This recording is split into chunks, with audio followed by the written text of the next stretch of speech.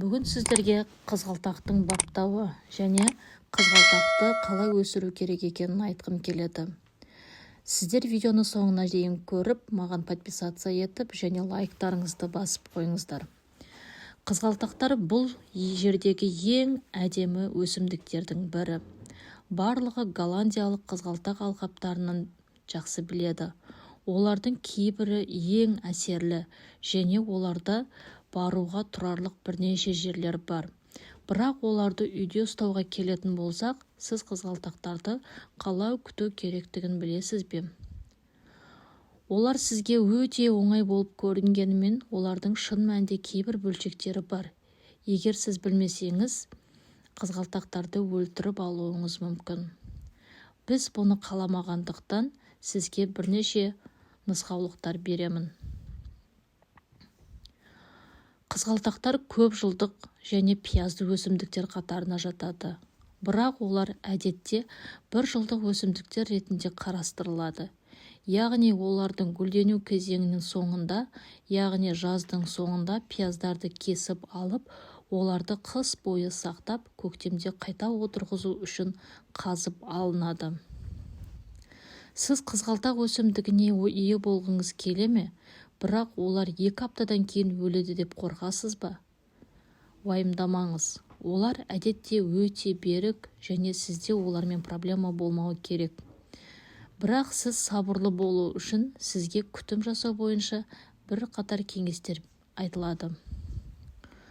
Оның орналасқан жері мен температурасы жақсы болу керек, яғни жарық жеткілікті, күннің көзі түсіп тұрған болу керек. Бұл дегеніміз, егер сізде оны үйдің ішінде болса, оны балконға немесе террасаға қойған дұрыс.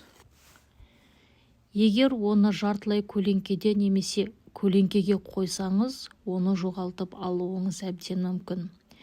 Температураға қатысты оның идеалы 15 және 20 градустарға дейін. Бірақ көбірек ыстыққа шыдай алады. Дегенмен суықпен бірдей болмайды. Цельсий бойынша 5 градустан бастап зардап шеге бастайды. Бұл көптеген мамандардың өсімдік бір жылдық ретінде қарастыруының бір себебі.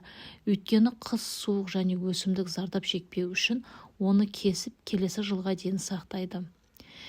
Егер сіз оны үй жағдайында баптағыңыз келсе, онда кастрюльде немесе бақшада егуге болады. Қызғалдақ туралы жиі қойылатын сұрақтардың бірі, олардың кастрюльге немесе тікелей жерге отырғызылған бақшаға қою жақсы ма? Оны немқұрайлылығы шындық. Иә, расында, қызғалдақтарды кастрюльге күту оларды бақшада ұстаудан көрі қиынырақ. Сондықтан күніне немесе аптасына оларға арнауға болатын уақытқа қатысты шешім қабылдау керек. Егер сіз қызғалдақты көп жылдар бойы әдемі болып ашылуын қаласаңыз, онда олардың топырағының құрамы қоректендірілген және құмды болып келуі керек. Топырағыңыз әлде қайда жұмсақ болғаны жақсы. Сол кезде олардың тамырлары әдемі дами бастайды.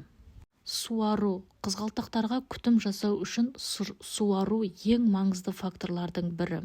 Шындығында біз сізге аптасына бірнеше рет суару бойынша нұсқаулық бере алмаймыз. Себебі бұл олардың үй ішінде немесе сыртта болуына, қоршаған ортаның температурасына және ауа райына байланысты болады. Әдетте ашық ауада жаңбыр оларды суғаруға рұқсат бар. Егер олар тұрақты болса, бірақ жаңбыр жаумаса, олар кеуіп кетпеу үшін оларды суару керек. Суару керек пе жоқ па, оны білу үшін бірнеше саусақты қызғалдақтың топырағына батырып көру керек. Егер топырақ салқын, ылғал болса, онда суғарудың қажеті жоқ. Егер құрғақтығын байқайтын болсаңыз, онда міндетті түрде суғарыңыз. Үйде өсіріп атқан жағдайдағы қызғалдақ болса, онда оны көбірек суғарып, көбірек су шашып тұруға кеңес беремін. Қорыта айтқанда, сіз қызғалдақты жылда әдемі қылып өсіру үшін, сіз күзге қарай қызғалдағыңыздың пиязшаларын әдемілеп кәулеп алғаныңыз және оларды 5 градустан төмен емес температурада құрғақ жерде сақтауыңыз және оны ерте көктемде әдемі жұмсақ топыраққа егуіңіз. Міне осы талаптарды жақсылап қадағаласаңыз, сіздің қызғалдақтарыңыз жайқалып өсуіне күмәнім жоқ.